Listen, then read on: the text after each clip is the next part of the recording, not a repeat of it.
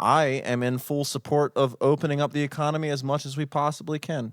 And I stress as much as we possibly can. Are you still thinking this is just like a bad flu, or was I that don't even think it's a ever your bad thing? flu.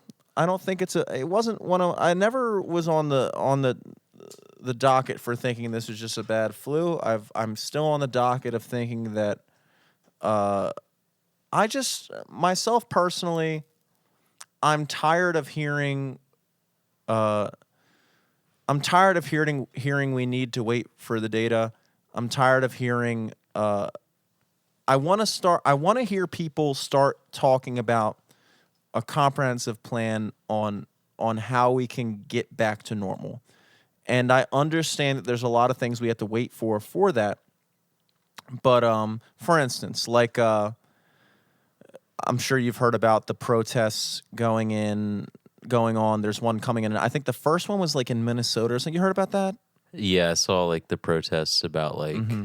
opening shit back up, right? Yeah. Like I And think there and was one in Annapolis. Like me and Elizabeth were talking about it. Apparently, like I think Maryland might have been the only state where like the protest happened where everyone didn't get out of their cars or something. mm-hmm. Which and I'll say this, and I Which will is say like this. kind of funny, dude. Well, but I almost like that more. And here's the whole thing. I personally think that we should be pressuring our leaders. I mean, it still gets the point across. Like you're still It gets the piling point, up like a and bunch of cars like at a I certain think spot. I think the flaw in what Minnesota did, because I know a lot of the press coverage, and this is what annoys me, is that people have a good idea and they have a good cause. And I think it's a good cause to start pressuring our leaders to start thinking about how we're going to get this stuff back up and running, because I think it's a very overlooked reality that this is unsustainable. And I think it's a very overlooked reality that people are suffering, and many people haven't gotten their stimulus checks, and many people still haven't seen unemployment. And people are fighting for their livelihoods right now, and it's often looked at as this selfish thing where it's like, no, like these people have bills to pay, and they're wondering if they're ever be able to have their life back again. So I don't think it's a bad thing to pressure our leadership to start sitting down and thinking about, hey, let's come up with a timeline here. Let's at least hear some numbers. At least tell us, hey, at this date, we're going to look at the numbers, and if it's above or below this situation, then we're going to start doing this. And if it's above this, then we're going to do that. At least give us a plan. There's only so long that you can tell people we have no idea what the fuck's going on, so we're just going to keep doing absolutely fucking nothing until whenever we have some idea what's going on. People aren't going to stand for that, and as people's lives start to go downhill, as people start to be able to lose sight of what they're going to be able to do to sustain themselves. So I don't think it's a bad movement. I think it's very stupid to present yourself in that light. I think that what they did in Maryland in staying in their cars was that they actually were social distancing. If you're in your car, you're 6 feet apart from the car in front of you. You're inside your own car. And people say like, oh, that's hypocritical because it's like you're protesting social distancing, but still social distancing. It's like I look at it as like saying that they respect social distancing, but they're trying to get their point across and saying, hey, can we start making a plan here? I think it was very stupid what they did in Minnesota, which was basically just like parade around and like dance together and shit like that. Yeah, that That's was dumb. dumb. Because that But shows also, blatant I mean, ignorance to the situation. I totally get that like they have the right to protest and shit, and like Maryland, even though it is laughable that they didn't leave their cars, like sure, like that is a better way of getting your point across than fucking hugging up on people and prancing around town. Well, you But have to also, have I some think way. like I don't know, I think they are trying to like at least address people's concerns. Like I'm pretty sure they just like introduced something in the house where it was like $2,000 a month or something, and rent freezes. We So look like, who knows? Like, right now. We have been forced to become. Many people in this country have been forced to be dependent on the government, and the government has not provided. And so, for many people, I'm lucky. Again, I am lucky because I have a job to fall back on. But for many people, that is not the case. And so, if I was a person who had a business and am still expected to pay my rent and pay all my expenses, and they are not giving any more money for small business loans. They're still debating that back and forth. The loans that one of my friends works at Bank of America and is saying that they have no fucking clue how these things are operating. Like every day the shit changes. When people call up and ask for the status of their business loan, they can't legally tell them. They have no idea when it's coming in. And people are literally sitting here like, what the hell am I going to do? So I think that those people are demonized in a bad way. They're demonized as these selfish people who are ignoring the threat of the virus. They're not ignoring the threat of the virus. What they're doing is bringing attention to the other things that are happening. And there is a smart way to do that. And I think that the smart way to do that is to adhere to the social distancing demands, because I don't think that I don't think that people necessarily are saying this whole lockdown is bullshit or that we should reopen back to normal immediately starting tomorrow. I know there are some people that are saying that. I don't align with them. I don't think that we should just go back to normal. Yeah, I don't think we should Florida go back to opened their normal beaches tomorrow. again, and I think I saw like a thing where it was like 45 minutes into them opening the beaches again, they're full, like they're packed, and it's like, dude, you guys are fucking stupid. Like, I don't think we can say that that's a good idea. Yeah. I I'm get not that saying like people should be able to fight like for like hey, should we re-examine this? Should we try to open things sooner? Like I get that is like one of people's concerns. But also, I don't know. Like I think some of the people are taking it too far. well, people are definitely taking I'm it just too gonna far. sit back Yes. and fucking watch the chat and see what people are saying and fucking Well, I'm sure people have a lot to say about this. I will say this. I think it is important for us as a country and as a society to understand what it means when we say flatten the curve, and understand that flattening the curve does not mean eliminating the curve. The whole concept behind flattening the curve was to limit the amount of people that are exposed at any given time so it doesn't overload our healthcare system like you saw in Italy and several other countries across the globe. You saw that a multitude of people were infected all at once to the point where they were not being able to be taken care of. So when America took the measures to say, hey, we're going to go on a lockdown and we're going to start having ventilators being built, and we're going to start having ICU beds being built, and we're going to start prepping up our healthcare system to be able to handle whatever happens when this does happen. At a certain point, you have to... 1 second. 1 fucking second, dude. Let me just 1 say second. this. I think I saw something recently too that like even if we did go back now or like in a couple of weeks to like regular shit, all of our effort that we've put into flattening the curve is gonna go like out the window. Like it's gonna be like nothing happened at all. That could be true, but it also stands to reason that like what is the alternative to wait for a vaccine? Because a vaccine could I mean SARS still doesn't have a vaccine. That came out in 2003. I mean that's 17 years ago. I don't even know you about vaccine, but I just think like once we get a better handle of what's actually going on, like the longer we wait and the more prepared we are for like when shit does go back to normal. Like obviously the longer we wait, the better we're gonna be more able to like assess the situation and figure shit out in the long run. Well, what scares me is the reality that if we don't have a vaccine, which the likelihood, I don't see any promising things on the horizon in terms of vaccinating the disease so that people can be Yeah. immune to it without being I mean, I exposed think to it. they've even said like don't expect a vaccine for like a year. Yeah. And that was in like February, March.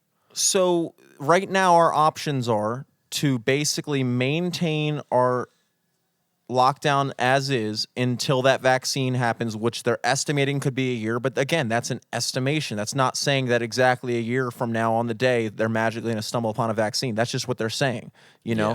So the alternative is to either say we're going to wait for a vaccine, or we're going to get our health, or we have to understand and grasp the reality that if we don't have a vaccine, then this virus, everyone is going to be exposed to it that's going to be exposed to it.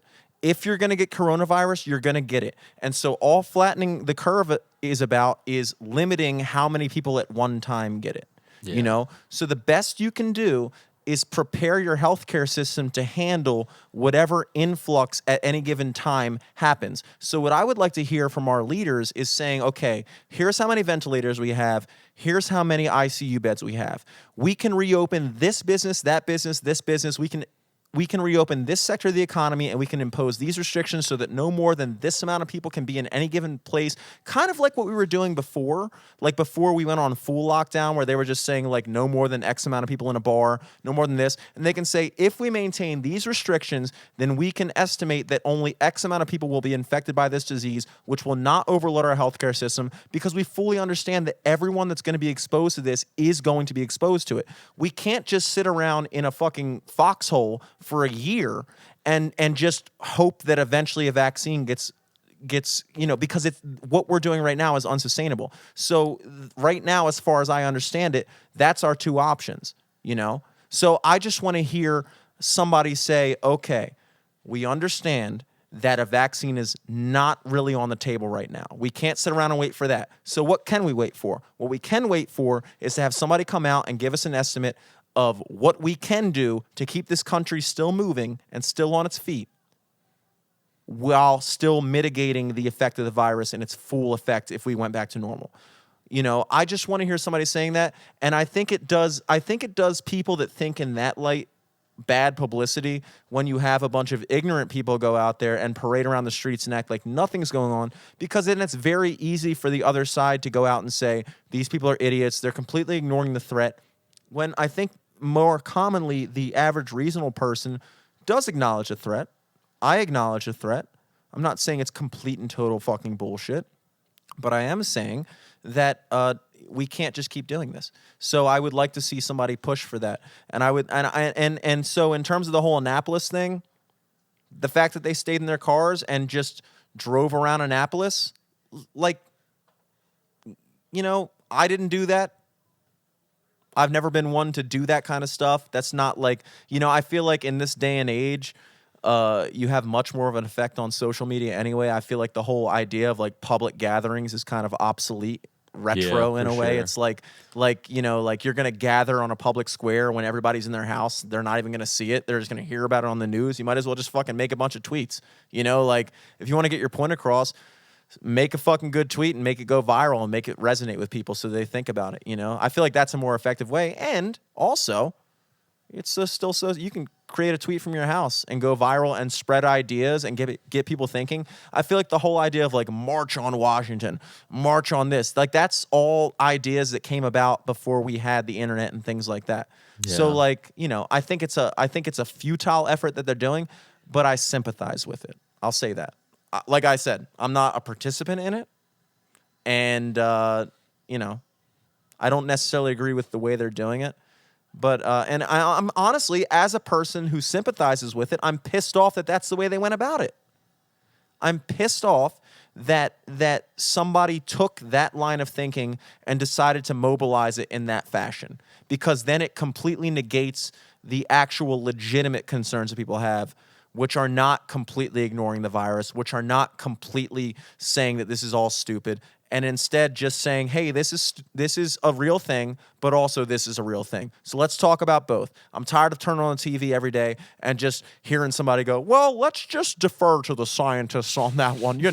It's all about science and scientists. And we just really have to wait for the data to pour. How long can I wait? Because my bills aren't waiting for data to pour in, bruh. My landlord's not waiting for data. My bank isn't waiting for data.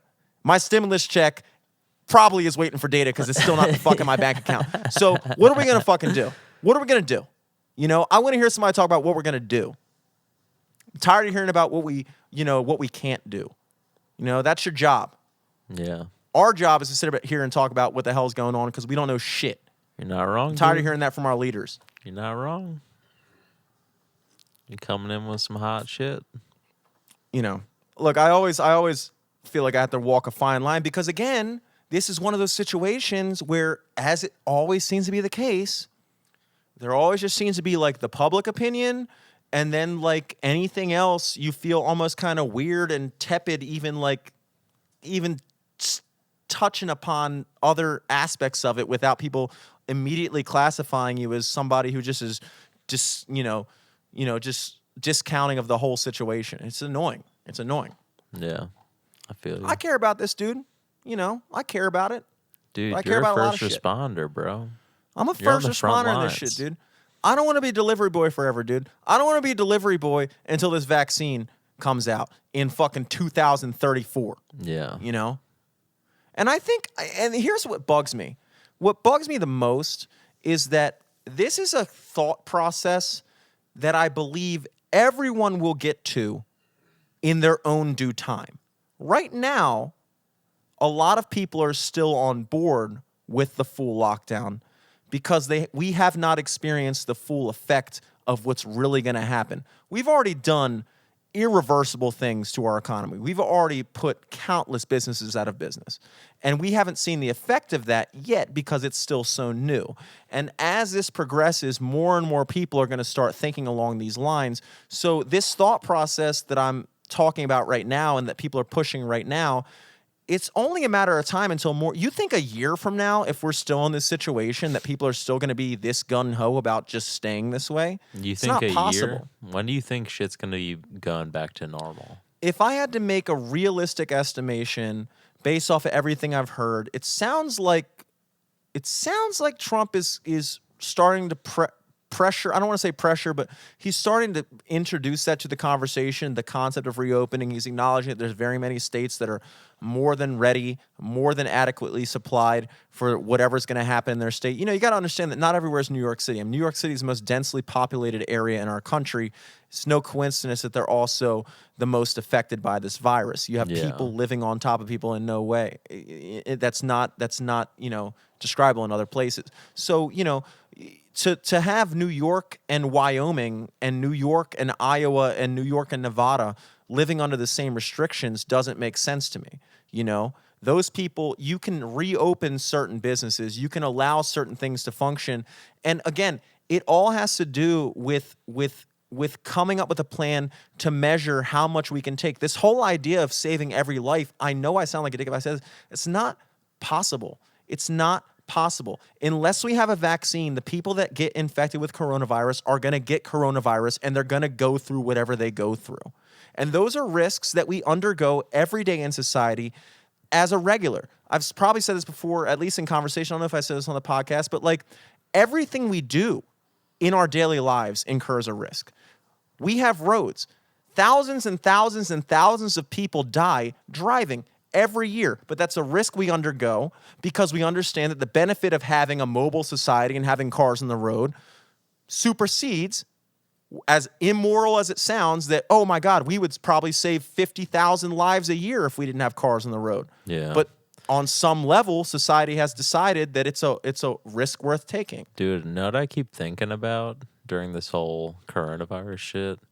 There's that one episode of Scrubs where I think it was like one of the later seasons, and they're like this new batch of interns, and like there's this one older lady who's like in the hospital the whole season, and near the end of the season she like finally gets out, and as she's leaving there's like this little like fuck up intern that always is screwing shit up. And like you kind of see like the end sequence of him like leaving the hospital. He like washes his hands, but then he like goes down to pick something up to throw it away, and then you see like germs digitally added to his hand.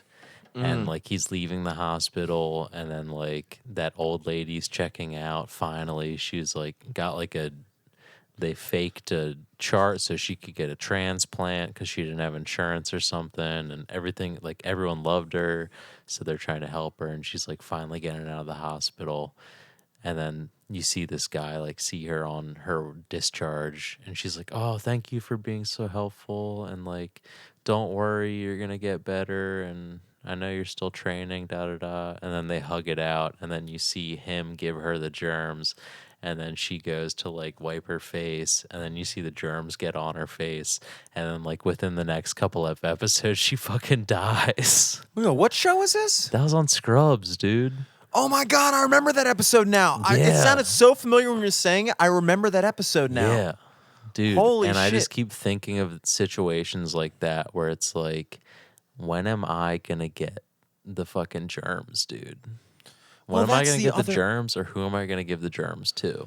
But that's the other thing you got to consider. I know we've joked And back that's and like, forth. that was a thing pre-corona, and that used to stress me out when I watched that episode. Well, here's the other thing I think about a lot, and it's not just the fact that it's a very real possibility that both of us have been exposed to it and potentially have been asymptomatic. I mean, a large percentage of people that are tested that positive for coronavirus show no symptoms. I mean, a significant portion of those people, and then you also factor in the fact that we've only tested. I think still maybe less than or just around 1% of the entire country Damn, dude, for we're this the virus. 99%, dude. We are the 99%, but also think about the majority of people that are tested for coronavirus. Most people just don't have the money or the free time to just randomly go out and get tested for coronavirus that they have no reason to. Like if I started feeling violently ill, I would go in and get tested.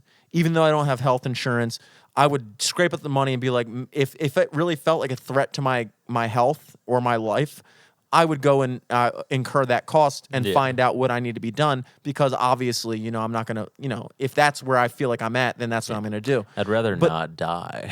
yeah, exactly. That's the majority of people. The majority of people aren't celebrities like Tom Hanks and people like that who can just go and get tested the minute they hear there's a virus Dude, and did you drop see whatever that, amount of money. You see that Rogan is testing his guests? He Yeah, has he's like a also been tested doctor- himself twice. Yeah. he has like a doctor that can get a test back within like 15 minutes. And Yeah. he'll just like have people come early, get tested before they come in to do the podcast. Yeah, I saw It's that, which is crazy. good. He was probably Rogan. You could see it in his fucking face that he was just so Dude, he tired of the shook. webcam shit He that he shook. was like, "I'm gonna have guests in person again. I'm just gonna get them tested, and that's how we're gonna do this." Just gonna Which is buy cool. a doctor. Yeah, buy a doctor. The average person can't buy a doctor, and the average person is not a guest on the Rogan Experience to get a free test from Joe Rogan to see if they have coronavirus. The average person is just existing in their daily life that may or may not have coronavirus. There's a very reasonable assumption can be made that a far, far, far greater amount of people in this country have been exposed to this virus, showed no symptoms, have already developed the antibodies, and are past it. Yeah. We have no idea, and there's no way to actually figure it out until we've tested everybody. So even that would be nice to lay out a plan like that and say, hey, we're going to institute this many tests per day. We're going to make them free, dude. Make them. I'm not opposed to that. Make coronavirus tests free. Do that. We're already spending billions and billions of dollars in keeping businesses afloat in the meantime. We might as well spend those billions and billions of dollars in making coronavirus tests free so we can say we're going to test X million amount of people per day until we've tested everybody in the country. I know that, I'm just spitballing right now. That could be a ridiculous task to undergo. Who fucking knows? But my point is that at that point, at the very least, you could say, we're going to test everybody. We're going to get some real metrics on what's going on. And at that point, we're going to make a plan. We're going to make a plan. And we're going to understand that whatever happens, happens. And all we can do is put ourselves in the best possible position to handle it. That's the best we can do. It is unrealistic to think that we can save everyone, that we can do. I hate saying it. I feel like I sound like a douche right now, but it's also kind of the truth. Yeah. It's kind of the truth. It's unrealistic to expect that. And it's unrealistic if you think that we're just going to hole up in our houses for the next year and wait for it. It's not going to happen. People are still dying right now. Yeah. It's hard. It's not going to happen. It's hard times. I truly, like, if there's anybody who has it, I have it, dude. I'm seeing multiple people a day touching all kinds of food and stuff like that. And I take measures. Like, I've stopped handing people my phones and stuff like that. I just sign it myself for them and just say, I'm taking measures. But, like, you're holed up in your house all day. I'm not. I probably have been exposed to it and had it and didn't even know it. And that's probably a likely case for a lot of people. And here's the thing. We have no clue. Yeah. We have no clue. We have no clue. So, look, don't do the march on Elm Street, where the hell it is. I don't even know what the protests are about. It just, for no other reason, but it's an antiquated way of expressing yourself. And it's just, you're putting yourself out there for people that disagree with you to pitch you in a negative light and to decide what they want to put out to the public. You know, you're putting yourself out there so that some news reporter can take one picture of one random ignorant motherfucker who's doing some stupid bullshit and pose that as the entire movement, which is what's done in the news all the time, every day, and that's become our regular everyday life, you know? But at the same time, yeah, we should be talking about this. We should be talking about this. I'm tired of bringing up the conversation. I'm tired of seeing other people bring up the conversation and being immediately shot down as some heartless, inconsiderate, ignorant bastard. Tired of it.